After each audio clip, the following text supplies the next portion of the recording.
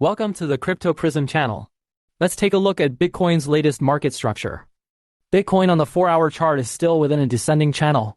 After rebounding and touching the upper boundary of the channel, it was rejected and pulled back, which is a signal of rebound exhaustion. The market will most likely pull back to test the lower boundary of the channel. If the price rebounds but fails to break and hold above the upper boundary with a spike followed by a pullback, obvious selling pressure, and a pullback after high-level consolidation. It reflects insufficient bullish momentum and is not a trend reversal. In terms of volume and price, the rebound rally had volume. But during the upward push, volume shrank and moved sideways, with no sustained volume expansion to drive a breakout. The price is likely to return to the channel midline, or even the lower boundary. FCD is only a rebound repair within a downtrend without a strong upward momentum rhythm, and after the repair it is likely to move downward again. RSI is relatively neutral, not in a strong bullish state, and if the price weakens, it can easily turn into a weak trend. From these points, the downtrend remains unchanged. The channel upper boundary is effectively suppressing price. The bullish breakout has failed. Momentum is weakening, and the market is most likely to return to the channel to test the lower support. The resistance is at 6900, 7000. Support first at 66,000, then at 6200, 6300, and in extreme cases the previous low at 59,800. If the rebound fails to break the upper boundary, the bias remains bearish. Only a high-volume breakout and holding above the upper boundary, followed by a pullback that holds and then continues to rise, would be a signal of trend reversal. Bitcoin daily chart.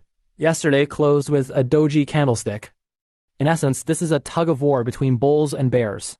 But combined with the prior trending decline, and the background of a continuously weakening market, this is not a strong reversal, but rather a pause after a decline.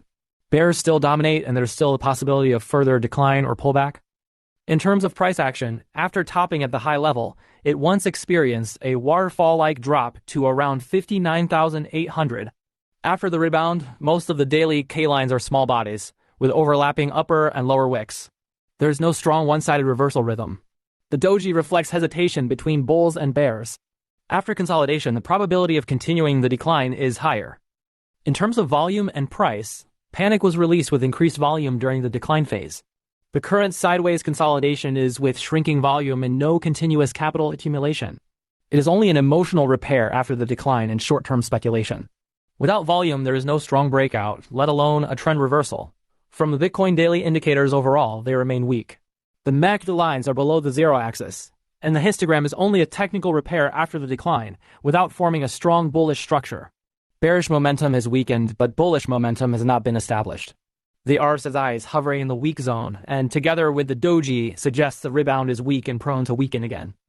In summary, the daily doji reflects market hesitation and tug-of-war, but combined with the background of low-level repair after a decline, it is more inclined toward weak consolidation rather than a strong reversal.